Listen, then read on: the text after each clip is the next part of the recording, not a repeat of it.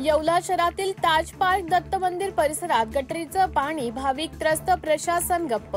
येवला शहरातील ताज पार्क भागातील दत्त मंदिर परिसरात गेल्या काही दिवसांपासून गटरीचं पाणी शिरत असल्याने परिसरात दुर्गंधीयुक्त वातावरण निर्माण झाले आहे।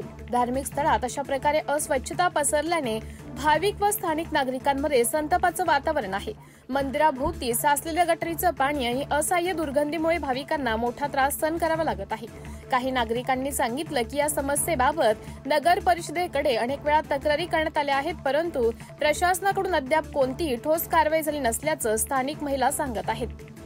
दत्ता मंदिरापाशी तर गटरीचे पाणी खूप तुंबलेलं आहे। कोणी येत नाही, सांगितलं बार सांगितलं ते येतात नाही। आम्ही येतो असं ह्याच्यावर ठेवतात आम्हाला, थापेवर काही येतात नाही ते लोक। येऊन बघा तुम्ही आणि ते लवकरात लवकर दुरुस्त करून द्या आम्हाला। उद्याचे कार्यक्रम आमचं कॉलनीतले सदस्य सविता जगदीश कचरे, आमच्या मंदिरात गटरीचं सगळं पाणी येतंय, त्याच्यासाठी वारंवार आम्ही कंप्लेंट देऊन सुद्धा ते लक्ष देत नाही।